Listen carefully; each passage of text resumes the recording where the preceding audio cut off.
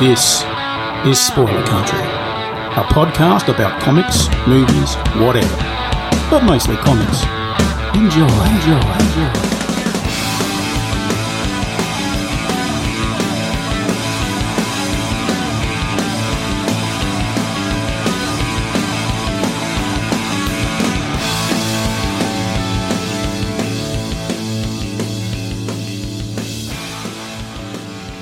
All right. Welcome back to Spoiler Country. I'm Kenner Green, and that is Mr. Horsley. And today on the show, it is the Tangents of Tangents number 4. It's kind of like the return of the tangent. Right. a new tangent. The tangent awakens. Tangent and all tangents. Tangent awakens. It's whatever you want. These are. It's not the last tangent. It's not the last tangent. That probably will never happen. These are actually some of our favorite shows to do because it's just us bullshitting. Yeah, they're the best. And this one's not because we're out of ideas. It's because we want to just kind of. We haven't recorded in a while. And we want to just see where it goes. Yeah, it's a good. So we had a lot of stuff in the bank. That's what we call it or in the bag. We usually say in the bank. And that just means that those are episodes that are pre-released, that are ready to be released, and we have them ready to go. And we just had a backlog for some weird way. And so we went through it feels like a good 2 weeks without actually recording anything, which is very, very odd for us because usually we're recording 3-4 times a week. Right. At least 2. I felt like this month. Yeah. I felt like the month of May was very slow. Even though it wasn't, it felt like we weren't doing a lot. Well, I because think we had everything pre-done. Yeah, and I think that's okay because come late June, July, there's going to be this big ramp up because SDCC's around the corner, and that's kind of our it's our year mark. So it's our birthday, and we have a huge event happening later in that month, and so it's almost like the calm before the storm. Right. So it's not a bad thing. And so we do these episodes to kind of, it kind of resets everything, gets us back into the banter, gets us back into everything. It's good. I like it. Right. It lets us just kind of spitball, which is kind of how we started. Yeah. Okay. So so the first thing I wanted to say is if you listen to, I think it was our last episode, the episode for that, I talked not shit, but I did talk about Josh Brolin, and I was like, oh, I don't want him on 2 separate things. But today I went through and I was watching some YouTube videos of him just being very effervescent, and just he's just a regular dude. You know what I mean? Yeah, he's pretty awesome. Yeah, he's pretty freaking awesome. And now I'm like, he could do anything he wants in the Marvel Universe. Have him be any him play character. Everybody. He could be all the characters. He could be all the characters. I think I was just cracking up at his interviews, so it was like, okay, I get it. Yeah, he's a funny guy. He's really good in both roles, both as Thanos and as Cable. He is. And I think what really got me is when he was on Jimmy Fallon and he did Thanos in like 5 different voices, and it's so funny. Hi, I'm Thanos. Yeah. Yeah, those were great. That made me laugh. yeah. He's I don't know. It was pretty awesome. So I kind of want to retract. I want to skip back. I want to moonwalk away from those statements from before and just say, I can't wait for Deadpool 3 now. Right. And I can't wait for anything he's in. He's great. Yeah, well, you go back and he was good in Goonies. He was amazing in No Country for Old Men. He was good. If you ever seen the movie Old Boy, he was great in that. And he's just been good at everything he does. And it's like, all right, I get it. Right. He always comes across so serious in movies though, but you see him on these interviews and he's so not that way. Yeah. Which is cool. Yeah, I think it's just because he's just good and he's a solid performer in everything he does. He is. And you see him in Deadpool 2 as Cable having to, play that stoic, hard character off of Ryan Reynolds. It had to have been hard. Yeah. So, I don't know. A lot of fun. I hope to see him in more stuff. Right. Well, I'm sure you'll see him at least in another Avengers movie and probably at least one more Deadpool movie. Right. So, I was looking at the calendar here and you mentioned our 1-year anniversary, which actually, as of today, which is May 31st, our official 1 year is on Sunday. It is in 3 days. Well, I count the first time our first released episode as our actual. We released our first episode on June 3rd. Oh, I thought it was July 3rd. No, June 3rd was our first episode. No way. I've been always saying July. And matter of fact, when I was talking to Peacock, he was like, "Oh yeah, I started in June. You guys started in July." When are you saying that we started? There's a chance that we started before Peacock. Oh wait, no wait. It's July 3rd. I can't read. I knew it. So we're sorry. So we're still a month out for our 1 year. I was like, I'm you're an freaking idiot. me out, man. I'm like, no, I know it's July 3rd. Well, as soon as you said that, I was like, wait, no, he's right. I'm totally wrong here. You heard it here first, folks. I'm gonna like clip that out and just play that on repeat. yeah. Just like how I was the inspiration for the show. Yeah, so it's been an interesting ride to get to where we're at today. Yeah. You know, from us starting going, let's do a podcast, to a year later, you know, essentially over 100 episodes and under our belt, and basically 3 series, a main show and then 2 side shows. Yeah. Well, yeah, and we're pretty lame too, because it's like, let's start a podcast. 1 year later, we start a podcast. Let's go see Kevin Smith. We got to do this. Yeah, let's do it. A year later, we start.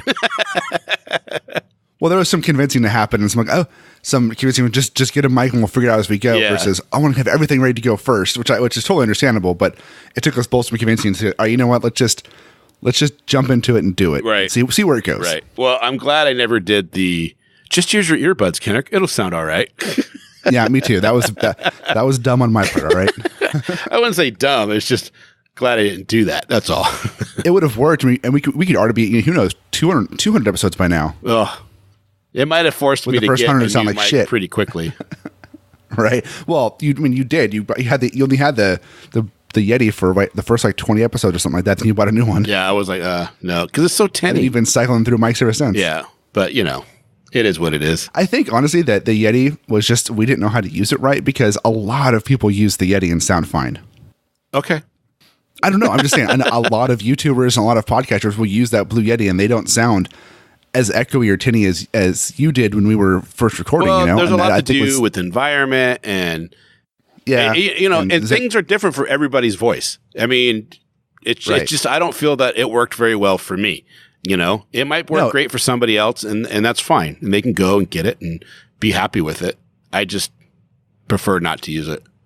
Right. No, I prefer the mics that I have now, the mics that I use, versus using a Blue Yeti. I mean, if I had the chance to get one, I did have one. I don't want to use it. Right. Well, I mean, there's a part of me wish I still had it. Just nothing against Blue. Yeah, exactly. No, because they make some excellent mics. It's just that particular mic isn't for me. Right. Exactly. Yeah. Like I use an ATR 2100 USB mic, which I think is fantastic. Yeah, I have one of those mics as well. I don't use it when we're here like this. When I'm in my own little studio, I don't use it. But I only use this one because you recommended it to me. Yeah, it's a great mic, and it sounds great, and it works great, and it's easy to use. Hey, you know what? What? I was thinking about this the other day because I'm a total dork. I went back and listened to our Infinity War episode. Which one? The one where the one that we did after we saw the movie. Oh, okay, the actual review. Yeah. Or it's not really a review, it's a breakdown. Yeah, keep calling these reviews, but they're not really reviews because we give everything away and we literally break it down scene for scene. So it's more of a breakdown. Yeah. But the Hulk in Avengers Infinity War. Yeah. I think that's a false representation of the Incredible Hulk. I don't think the Hulk in the comic book or anything would ever do what he did in that movie. So I was reading a thing with the directors about that afterwards. Yeah. And it's not that he's hurt and doesn't want to come out and is afraid. It's that the Hulk is tired of saving Banner and refuses to come out and save Banner again, is what the directors are saying is happening. It's not that he's scared, is that he's refusing to save Banner again. But that's still a misrepresentation of who the Hulk is. There's things to smash and there's things to fight. He's coming out. That's it. Right. It has nothing to do with saving Banner because there's no saving Banner.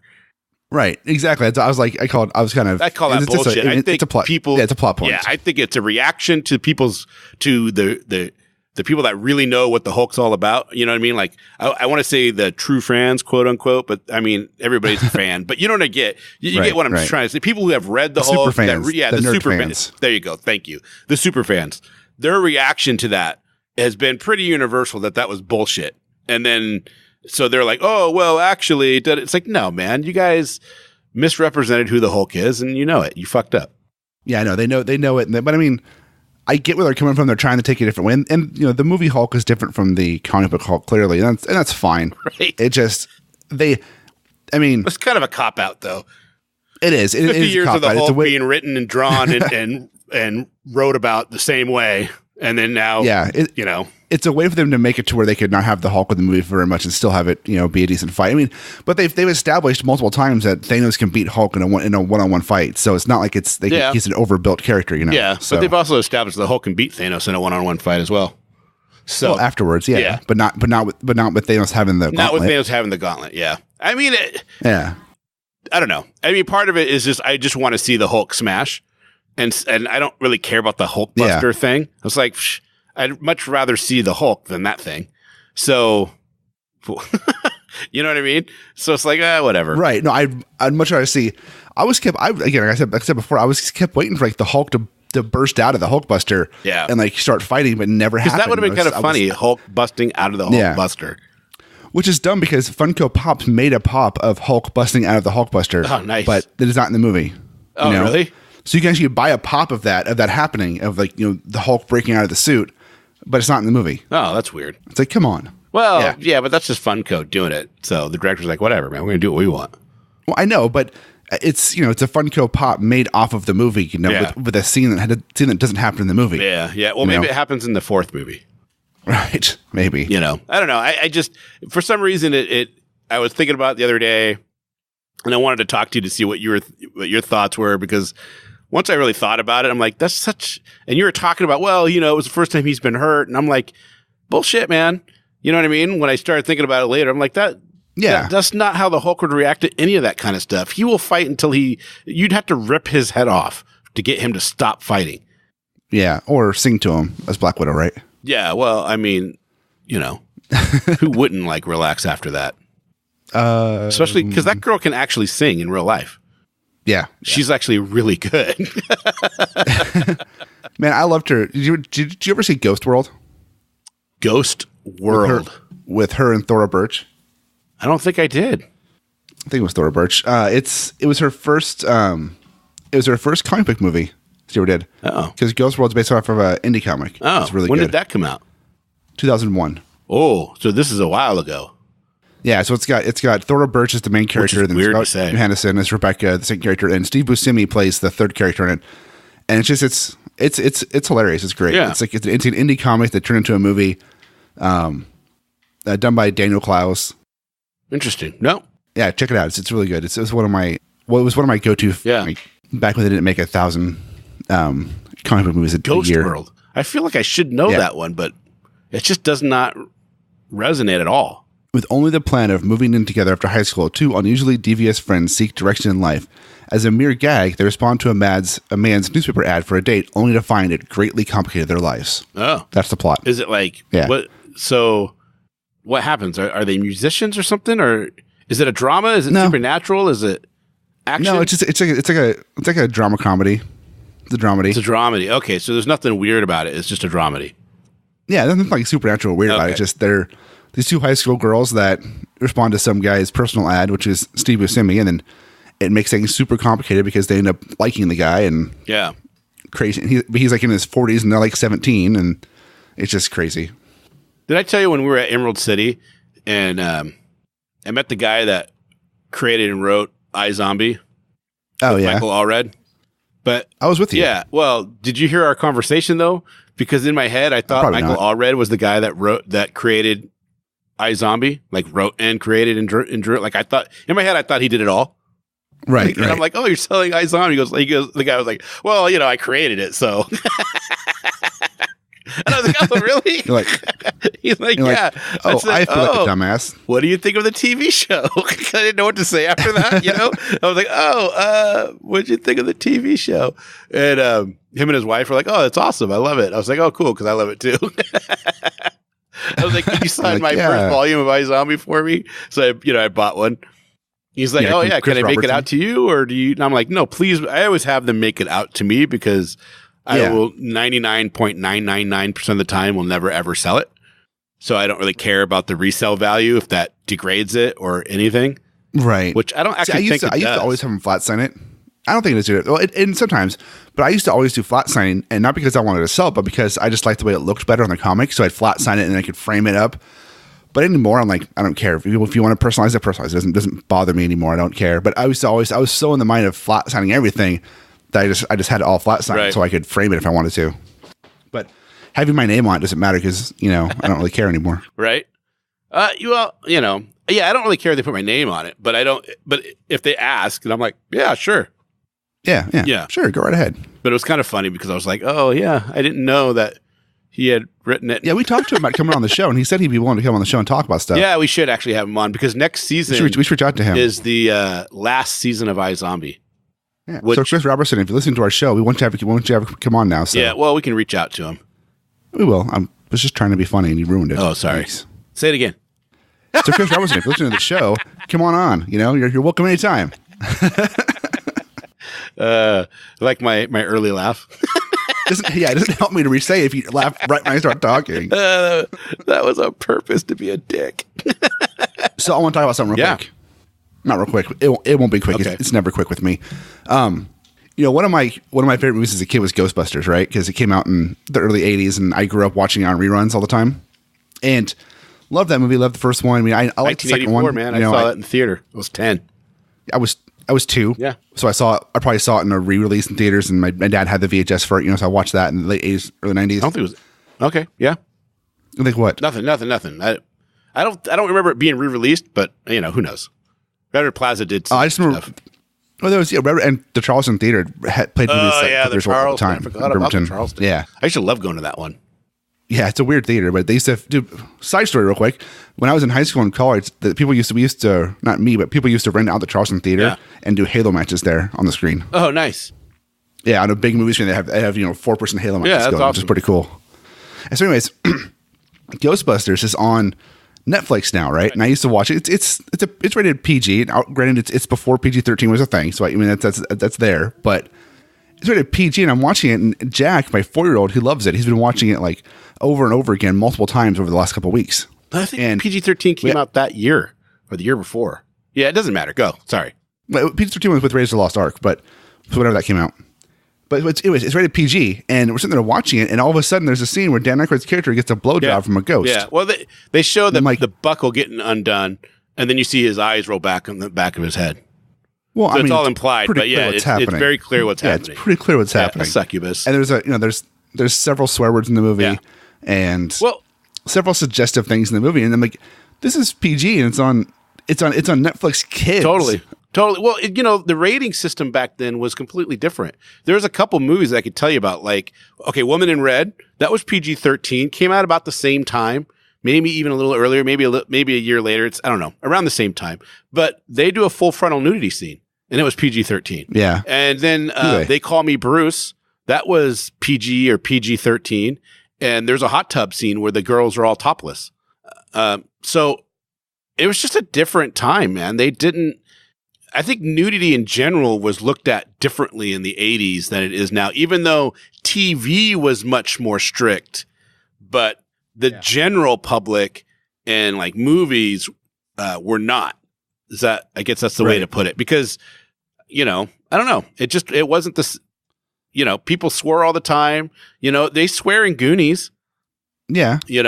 I mean, you have the whole thing with the statue of David, be it it's a statue, but it's still, my mom turned that movie off because of that scene. That's true. So you're saying, so you're right though. PG-13 was created that year. So Ghostbusters came out June 8th, 1984, and then August 10th, Red Dawn and Temple of Doom came out, which were the first movies rated PG-13. Yeah, there you go. So it's just 2 months later.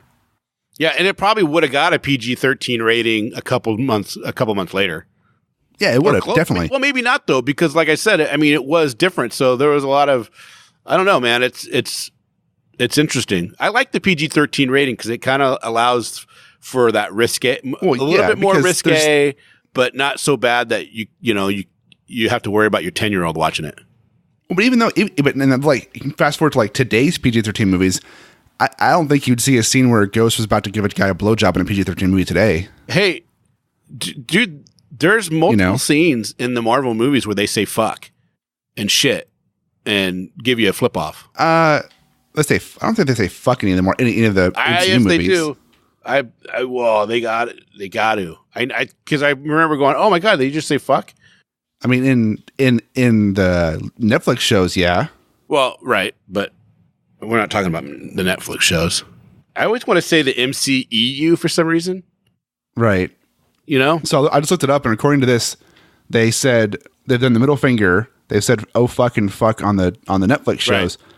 but not in the actual MCU. Not in the but they movies. use the middle finger in the MCU. Yeah, they use the middle finger, but that's a lot less intense than actually saying "fuck you." I could have sworn I thought I heard Thor drop the F-bomb, but they've used shit. No, they said shit and stuff like that, but not the F word. But the thing is they're actually which kind of refreshing is they're using like day-to-day language because people swear in real life. Right. You know what I mean? That's what drives me nuts. Well, I mean, I get it though. You don't want to language your movie out of the audience, in some instances, because if everyone's dropping F-bombs all the time, it's going to take your movie from being PG-13 to R real fast, and then right. It's gonna you lose audience, which I get. And I know I'm always a proponent of write the movie you want to write, but you also got to be true to your characters. You're not going to have Captain America walk around going, "Oh man, fuck these guys" all the time. That's just not that's awesome. Not in character for him. That'd be awesome or not, though. It's not in characters. I mean, when I say awesome, I mean hilarious. Right, and awesome. But yeah, it's interesting because they've dropped the F-bomb in it, but I guess I'm wrong. Not from my 30 seconds of research. Google. I mean, I could be wrong, but I looked it up, and it was basically a Reddit thing from this year saying, has they ever used the F word in MCU? And this guy was like, here's all the instances where it's shown up, and it's all on the Netflix shows. Yeah, interesting. So, with the use of the middle finger in Guardians. Yeah, well, but I don't really care about language so much. It's not language; it's a big deal. It's just anymore. I just don't think this movie Ghostbusters would have been. I don't know if the PG-13 would have included a poltergeist blowjob scene. I think the way they did it, it would have been okay. PG-13, because they don't show anything. They don't even show. They show the ghost hovering above him. Then they show his belt buckle being undone. And then that's it. And then you see his eyes roll back of his head. He sees underwear, and you see his head roll back, and he drops his head back on the pillow. So I mean, I don't know. It's not as graphic. Even as we say it, it doesn't come across as that graphic. Could you imagine if they graphed it out? This is dick getting wet. Well, if they would have shown a head going up and down under the covers. You know what I mean? Yeah. Even that could still be PG-13 in some ways, especially if it's really quick. But if it's more than 2 seconds, it's going to be rated R. Yeah. You know what I mean? Because the implied is even more, right? But what they did there is not right. But I bet you today they would probably just cut that out. They probably just cut it out because it wouldn't be worth it. Yeah, well, it doesn't move the story. That was my whole point. That was my whole point. Is when I watched it again, I saw that scene. I was like, I had forgotten about that scene because when you're a kid, you don't pay attention to that shit. Oh, really? And I'm watching. I'm like, oh, yeah. I mean, I didn't when I was 10, and that meant I was ha ha ha ha. They're doing something, and I know what they were doing. Oh, okay, yeah. And so. But I started thinking about it. I was like, if they were doing that movie today, this movie would be PG-13, obviously, and they would probably just cut this scene because it doesn't have anything to do with the plot. It doesn't help move anything along. It's completely just an extra little joke. Right. What did you think of the new Ghostbusters? The new one, I thought that it was fun, but it had no plot. There's no reason for it. And it really annoys me that in the first Ghostbusters, from the one from '84, it's literally set up. They talk about making it a franchise and franchising it out to people and having it move forward with a franchise. And in the new one, they rebooted everything and didn't do that thing that was already fucking set up 30 years ago. Right. Why make them be why make them these extra scientists that are trying to prove the existence of ghosts? Yeah. When you've already set. Why not just make them? Yeah, I get what you're saying. Yeah. Why not just make it in the same universe? It's already set up for this. It's already there. And just have them say, this is a new franchise of the Ghostbusters or a new iteration of them in the same universe. And it just makes sense that way. You could have had... They had to reboot it. Could have had, what's her name, Melissa McCarthy be Dan Aykroyd's kid. Yeah, you know what I mean? They didn't even have to be related to him at all. It could have been anything. No, but I'm just that saying, as a way to keep it in New York, in the firehouse, going over, and that she's keeping the whole thing going, and that, there's they can talk about franchises in Seattle or in LA and, Philadelphia and shit like that. Right. There was just no reason for them to completely reboot it and start You over. think that's what people had the problem with more than it being all girls? Because I didn't, like the whole girl thing that people were freaking out about, I didn't get. I was like, who cares? I didn't give a shit about that. That whole all girl thing, whatever. It's fine. I don't care. Just it's tell a good story and have fun with it. And there was a lot of funny parts. And it was fun to watch. It was good special effects. Yeah. It was Chris Hemsworth was hilarious in that movie. Yeah, he was. But looking at the plot, there really wasn't a plot. Like the plot was kind of non-significant. Oh, actually, Kate McKinnon was amazing in that movie. Yeah, she's pretty good. I don't know. I just thought Kate McKinnon's character was just kind of boring. It's like I liked her character. I don't know, man. I just thought it was because she's just in the background most of the time. It's like I don't even. Yeah, I thought it could have been used better. Yeah, I just thought they had more lines for her.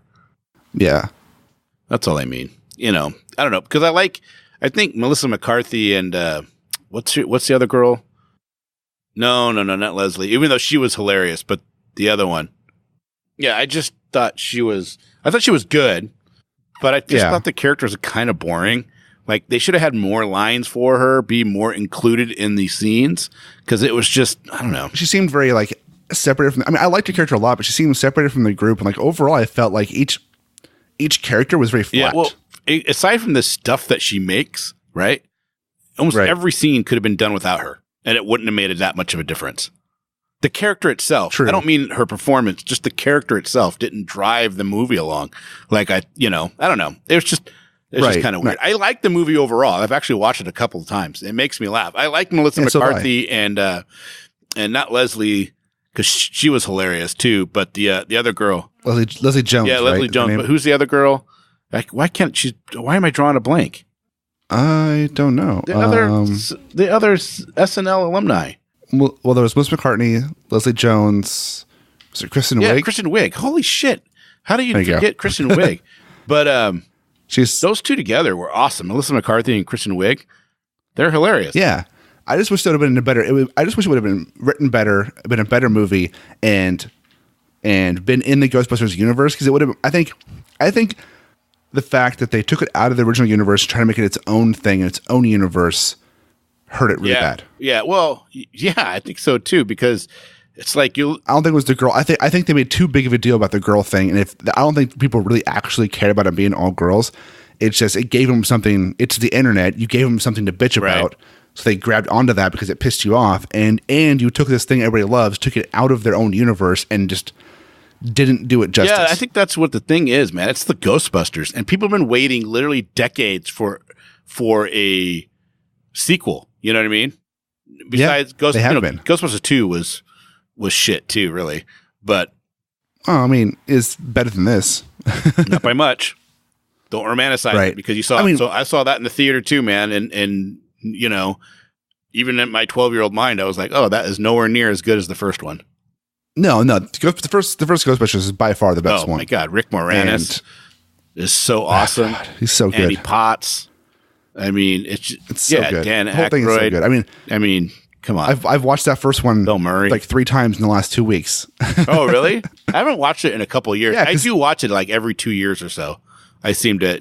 Like I said, Jack likes the girl one, right? He likes that one, but then he found the original one on Netflix, and he's been watching he goes, let's watch Ghostbusters, and we watch Ghostbusters at night. Yeah, Ella's a big fan of Slimer right now, because the Ghostbusters cartoon's on Netflix, so we've been watching it. Oh, nice. The real Ghostbusters. You know what's funny about that whole thing is when I was a kid and the cartoon came out in 1988, I think, 1987. So I was like 13, 14 when it came out, and I was like, oh, this is cool. I feel like I was younger than that. Maybe I just hit puberty really late. 86. So I was 12. Okay, good. That's about right. So I remember watching it thinking, oh, this is so cool, because I thought it was, I don't know, I thought it was really cool. They did all this stuff, and they, and I remember watching the Boogeyman one, which is like the 3rd episode or something like that. And it kind of freaked me out. And the Sam Hain, All Hallows Eve. And anyways, I'm kind of lost track of what I was saying here. You know, You're watching the cartoon. yeah, I guess what it comes down to is like they've built this whole universe up for so many years, and then the video game came out a couple years before that, and that was a huge hit. You know, people really liked it, and then you do that where you completely do a reboot of it, and I don't think people wanted to. There's certain franchises that you just don't do the reboot of. Like, I don't think if you do Back to the Future now, I don't think you should do a reboot of it. You should be like, no, somebody finds the car, and then they, boom, go back in time. You know what I mean? Yeah, it's like something like Back to the Future or Ghostbusters don't need reboots. You just continue the story because it's a story that can be told. You know, it can keep being told. There's nothing that needs to be rebooted about it. It's set up. It's literally set up to keep going. You saw like Rick and Morty, right? Yeah, I've seen Rick and Morty. No. Have you seen the latest news about Rick and Morty? That they're doing 70 new episodes? So the whole thing, like, they've been taking a long time to get it because Roiland and Harmon love doing the show so much. Dan Harmon said, I don't want to do anything else but this. And the way this is set up, we can do this forever. It's almost impossible to run out of ideas for this type of show. Yeah. And so they were trying to get as much episodes as they possibly could get. And they got 70. Nice. They got a 70 order episode, or 70 orders. Yeah, which is crazy. Which means they can do it for a while. Yeah. Yeah. Yeah. That's nuts. I mean, I love what's funny, and we should probably do a full episode on Rick and Morty because it deserves one. But I'll just say this now for everybody is like, I love Rick and Morty. I think it's a great show, but I can't stand the people who quote unquote love Rick and Morty. They're so annoying. You can't stand the people themselves that love it so much. What makes them annoy you so much? Just the people who are like Pickle Rick over everything, and they're so like the people who become so fanatic about it are like. Well, you know that it's just bad. That I don't know, first year, it was so underground. It's like if you met somebody that knew Rick and Morty, you're like, oh my God, you watch Rick and Morty? And you'd be geeking out about it because it was just so absurd. I watched it on YouTube. Like Jesse came over. Jesse, if people don't know who he is my nephew. Kaylee, or his nephew and my cousin, essentially through marriage. He came over and was like, hey, let's watch this Rick and Morty thing on YouTube. And I was like, all right, whatever. So we put on this this thing on this YouTube. Were you dying? Was I laughing? Yeah, because we put it on. It wasn't like a episode to episode. It was just a one big video with the whole first season in one back to back. Nice. So we just put it on. We just watched the whole thing. And I was like, God, this is even Kaylee, my wife, who does not like adult cartoons, and she won't admit this if you ask her, was laughing. Right. Well, dude, the thing is like the theoretical science they talk about is all pretty accurate. It's funny. I mean, it's they do a good job with it. I like it. It's a good one. We'll have to do a full episode on Rick and Morty and kind of go through and break down season for season. That'd be cool. I mean, there's some really good YouTube videos about like the science behind Rick and Morty, or like the philosophy of Rick and Morty and stuff like that from like Wisecrack and stuff. And the comic books are even more ridiculous. Oh man, those comic books, that comic book series, like the value of the number one is shot up a lot. Yeah, it's hard to get.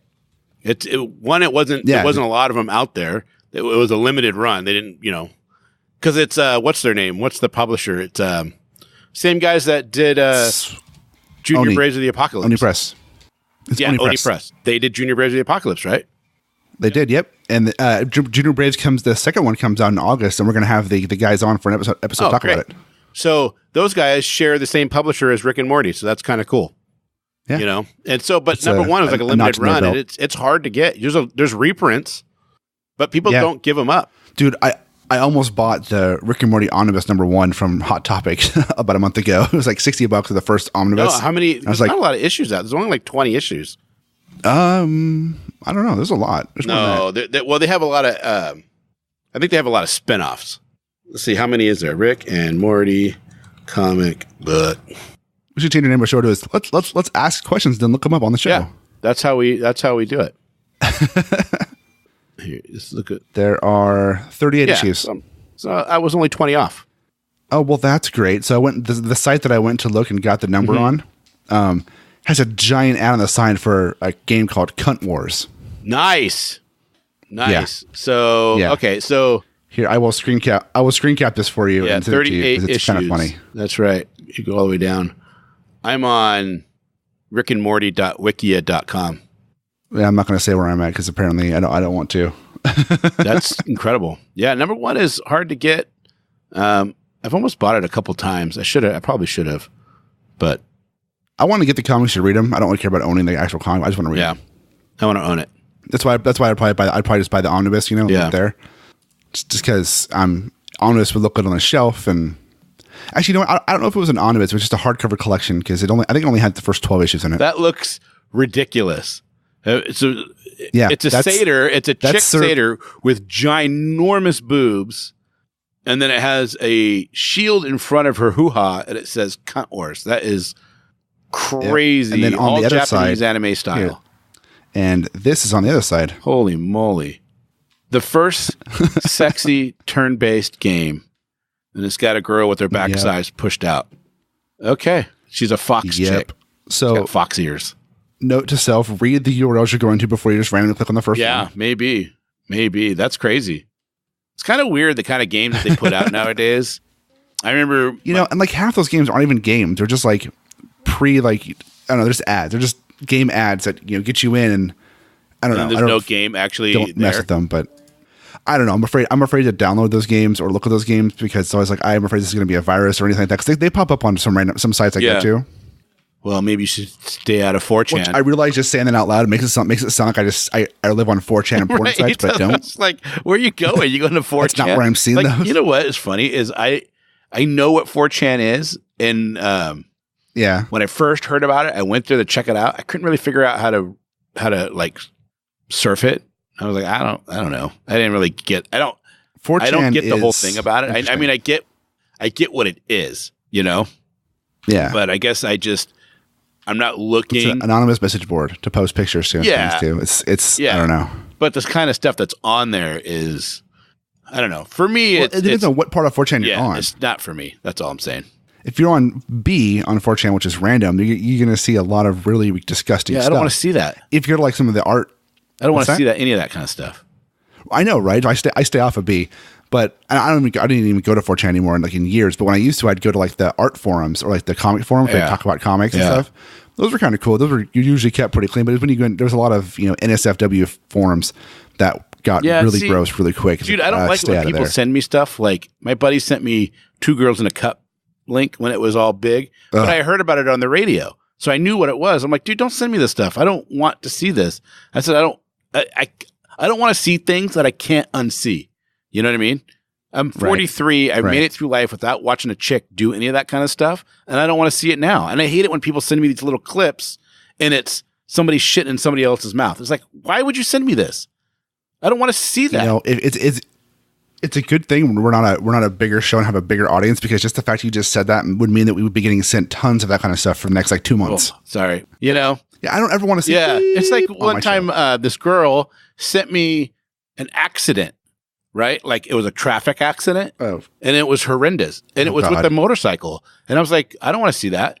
She's like, oh, it's crazy though. And I'm like, dude, my sister just died 5 years before this on a motorcycle. Oh my God, I'm so sorry. Right. And I'm like, why would you think about what you're sending before you send it? Well, and be somewhat respectful of the person that just died in the accident. Well, she didn't know, too. But at the same time, it's like, if I'm going to send you something like that, why not send me hey, are you interested in seeing this?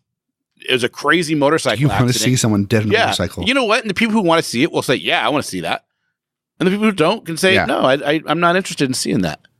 Yeah, I mean, I don't know. I don't care if people send me like car accidents. Oh, look, this is interesting. I don't want to see that person dead somewhere on it, but like a smashed car is a smashed car, Yeah, but yeah. Well, a smashed car is a smashed car. Now that I don't want to see dismemberment. Now that I'm older, I'm always like, right. But now that I'm older, I'm like, somebody probably died in that accident, and I don't want to see that. Yeah, man. I just feel bad for the person. It's amazing how when you get older, mortality kicks in. Yeah. Well, I don't want to see, exactly. Like, when I was 17, I climbed the crow's nest on the Carl Vincent, which is like 500 feet from the crow's nest to the water, something crazy like that.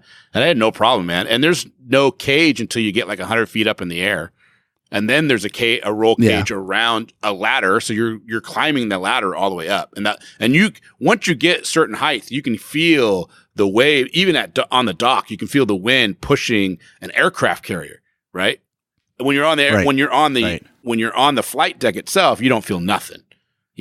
But when you get up there, and I climbed all the way top of that, and it was in the crow's nest, and then I did all of the safety nets around the boat where I was basically using two carabiners and two safety harnesses and just slacking them, in to the side of the aircraft carrier. And I was Spider-Manning all the way around, free of anything except for those safety harness. That was, you know what I mean? You'd have to lean back or you'd go slack, and I was taking off safety nets because there's actually safety nets all the way around those things.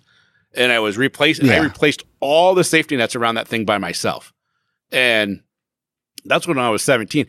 Oh, so this was a job thing? Yeah. I worked at Puget Sound Naval Shipyard. Oh, I thought you were just fucking around like being a dumb kid. No. It was a job. And I was working at Puget Sound Naval Shipyard, and I did a bunch of different jobs as part of a high school program. And I did I did shipwright and rigging and ship fitting and electrician and something else.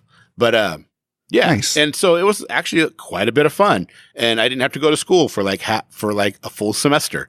I got to go to work. And I got to make money and get credit for high school. It was awesome.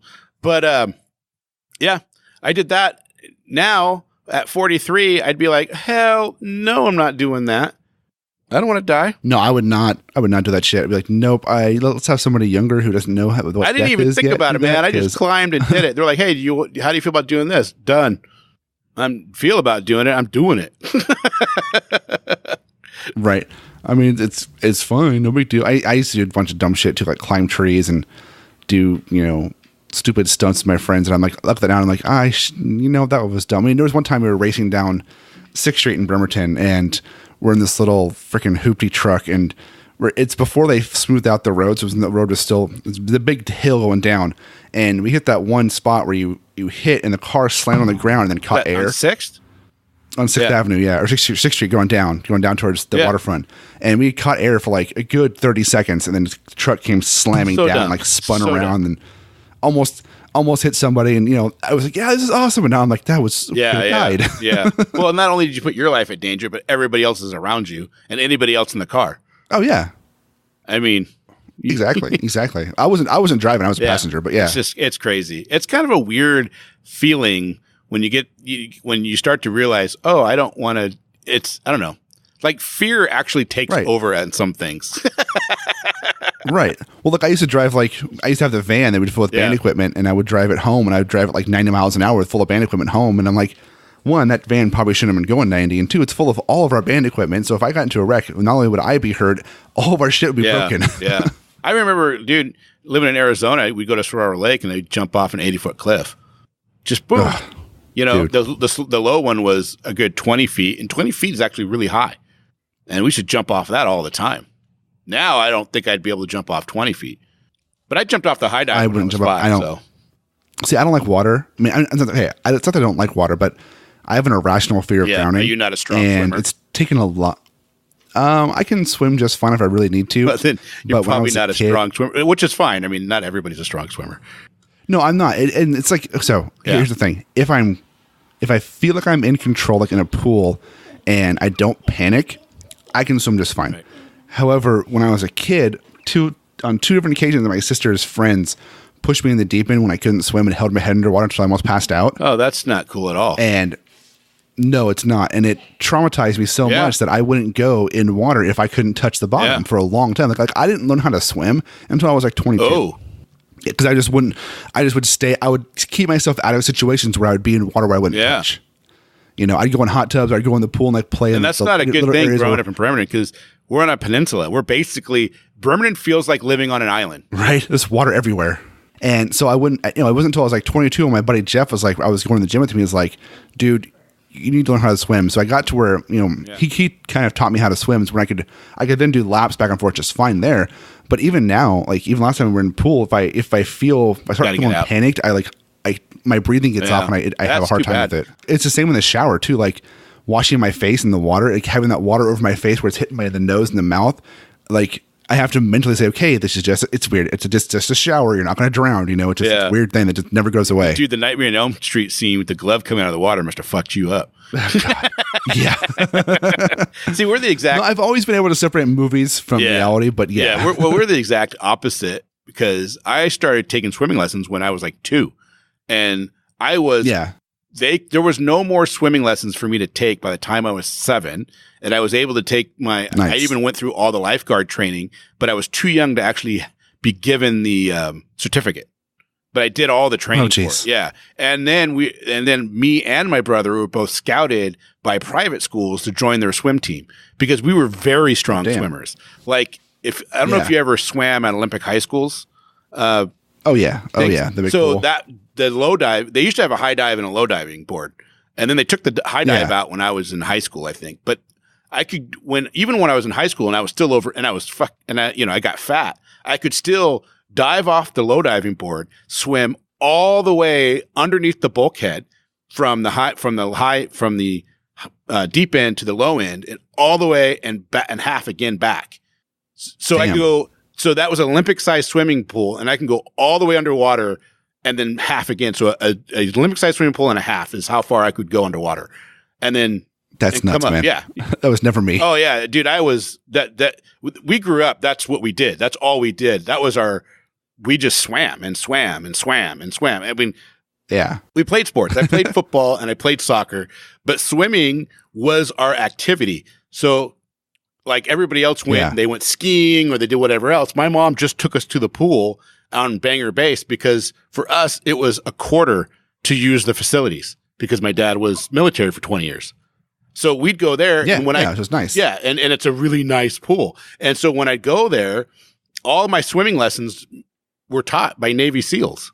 So you had some experience. Yeah, it was awesome. And then when we went to public school, so they do swimming at the public school time. They just let me go and do whatever I wanted because we'd start doing the lessons and I'd be doing laps around everybody. And they're like, oh, well, obviously he already knows what to do. So you get free time. Yeah, we were so opposite, man. We were so opposite. Because I remember 3rd grade, we went to swim class at Olympic High School to the big pool. And I was a tall kid. So I was like at least a foot taller than everybody else in my class at the time. And for me, swimming class, even though I was panicking about stuff, in 3rd grade, you only stay in the shallow end pretty much. But I was tall enough to where I could just fake it like I was swimming. So I like be touching the bottom, like walk swimming. They knew. So I didn't have. It's so obvious. I'm sure they knew, but in my head, I was like, oh, yeah, I'm totally faking them out with my fake swimming here, And that, on a totally different tangent, that was the time. No, I'm not. Never mind. I'm not going to say that. Okay. That's too much information. It's odd for me to censor myself, but I realize saying this out loud on a podcast is probably way too much TMI for anybody listening. I gotcha. Now, I don't care if you know about this, but it's probably too much TMI for the audience. You know what's funny? Speaking of pools, do you know there's a guy named Aaron? And Aaron is a big drummer, music guy in Bremerton for a long time. And if you know Aaron, he has a million stories. And he can tell a story really, really well. You know what I mean? Where you're just cracking, you're either dying laughing or just captivated by his whole story. And him and my brother were very close. They did a lot of stuff together.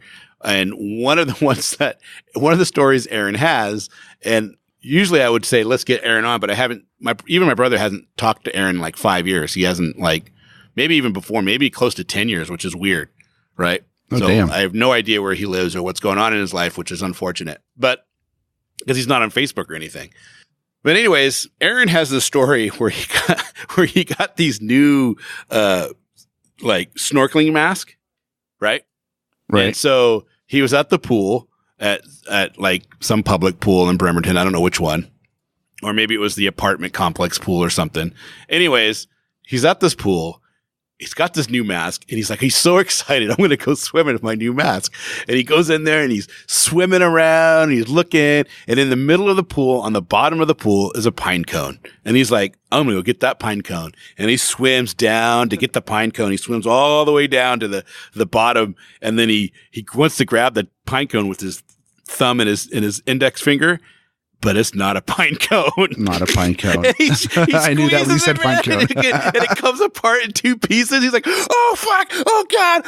And he knows what it is. And he starts swimming. He starts backpedaling. But, the motion of his hands and his feet is calling a squirrel. And the piece of poop is just drifting towards his face as it's getting closer and closer. And he's like, ah! And he finally gets out of there, man. It's so funny. It's, Oh, God. Imagine that movie. But it's just a big not Ruth bar. It's not a pine cone. No. Oh yeah, man. Good stuff. That is a good story. Oh yeah. I mean, shit in a pool. My brother got in trouble for throwing. I want to say it was strawberries, and I think his buddy was throwing miniature Snickers into a pool. Oh, geez. Yeah. My aunt used to work at my aunt didn't work. She managed an apartment complex in Flint, Michigan in the early 90s. In Flint, Michigan? And interesting. Yeah. And she used to tell all of her, I don't know if this was true or not, and I don't know if this exists. Maybe it does, maybe it doesn't, but she used to tell all the kids that in the water of the pool there was an enzyme that when you peed, it would put a blue circle around you, so everybody would know if you peed in the pool, so don't pee in the pool. A lot of people used to say that.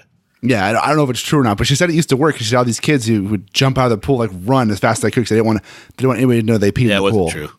Yeah, I mean, I didn't assume it was, but I mean, she told me it was. I'm sure they could do that, as a kid. And maybe they do it now, but it definitely wasn't during that time, you know? Right. This is like the late 80s, early 90s. And the thing is, they put so much chlorine in there. POA, man, it's not going to do nothing. Right. It's really not going to hurt anything. Yeah, it's the fecal matter that you got to worry about. Yeah, just don't poop in the pool. Because when they find fecal matter, they have to drain the whole pool and then disinfect the whole thing and then put it back and then put the water back. Right. And pee's not a big deal for a pool because like when you put a baby or a kid who wears diapers so many parts in the pool, per million, man, it's not going to make a difference. Yeah, that diaper's not to stop pee. The diaper's only to stop poop. Yeah. Pee goes right through it. Yeah, right. Exactly. That was a weird conversation about swimming and fecal matter in pools. On the tangent episode, man, anything's fair game except for the one story I wouldn't tell. Yeah, everything's fair game. That's right. What are you excited for this summer? Anything besides San Diego Comic-Con? So my first one's going to be San Diego Comic-Con. I'm excited to go down there and hang out with Steph and Frank again and make some new friends and do all the fun stuff we have going. And I'm excited for this summer because I have a lot of plans with my family to take like weekend trips. Like I want to go take a weekend trip to a cabin. I think I'm going to take them, on some hikes and stuff like that. I have no idea yet. I got to find something. Lake Cushman. I can't. Cushman's awesome. I love Cushman, but I can't do camping. Like I can't camp in a tent because of my back. I have to glamp. Unfortunately, I have to glamp. I camped as a kid, but I can't sleep on the ground on my back. I love glamping, man. It hurts too much. One of my favorite things. You should come with us. One of my favorite things to do, man, is get like a queen size cot, and then you go get the airbed from Costco for $100 that feels like an actual normal mattress almost. Oh, I have one of those. And you just put that thing on a queen size cot, and you have a big enough tent to hold it. Then it's like you're good, dude. That's not a bad idea. Oh yeah, that's the way to do it, man. Idea. Then you're then sleeping in a tent, not a big deal at all. Yeah, that's not a bad idea because that might save some money that way. Dude, but yeah, I want to take the kids, cabin or camping and stuff, and I want to do some hikes and I want to do some. I'm trying to get back to being more outdoor stuff like I used to do when I was younger because I miss it. It's fun. I want to take the kids outside, and with our current living situation of living in this tiny ass house while our house is being built, being outside is much better than being inside because there's just no room. Yeah, we got to find you like a trailer. You know what I mean? Yeah. Like a big, toy trailer that you can stand up in. A trailer or a shed or something that you work out of. And then convert that into like an office type thing. Because you should have that anyway. So when you work from home, you're getting that quiet time that you need. You can't have kids coming in and out. You don't get any work done. No. I mean, the new house has an office that's going to have you soundproof and stuff. But right now, for the next year and a half, but right now my desk is in between the dining room and the living room. Yeah. So, I'll just say this now, and usually I wouldn't say this, but. Because I'm probably not going to be able to edit it all out, but you'll probably hear my 4-year-old because he's playing Roblox right now and he keeps making noise every now and then. Oh, whatever, it's life. And he's like 2 feet to my right on the couch. You tried to keep him out. You're like, go away, go play in your room. He was like, nope. Just give me an hour. Nope, not going to happen. They always win out. I was like, no, that's not. Yeah, I mean, but for the most part, he's been very good and very quiet. So I'm not upset. So well, I think that's a show. Yeah, I think that's good, man. It's a nice tangent show. We talked about some random topics, and it felt good to record again. Right, it did. It felt good to record. Felt good to get some banter up. We got the Team Darkness is what we've been calling them, and we're gonna have them on here. We're gonna try to set something up here really, really soon. I think we wanted to do it tonight for the recording, but I don't know that Johnny is available. Because I got him early. I don't know. I doing back-to-back recordings might be not okay with the wife. We'll see. Well, it's already 6, so you know if we're gonna do it, we should do it now. Right. Exactly. All right, guys. But I think that's good, man. That's good. Don't forget, obviously you know where to hear us, but tell your friends, open up whatever podcatcher they are listening to, and just, try to subscribe to us. We really appreciate it. Or just give the word that, hey, we're out here. They have some cool stuff, some cool episodes. They talk about a lot of things that we're interested in, and maybe you can help us, help you, help us. So that would be amazing. Yeah, exactly. And then we have lots of places you can actually contact us at.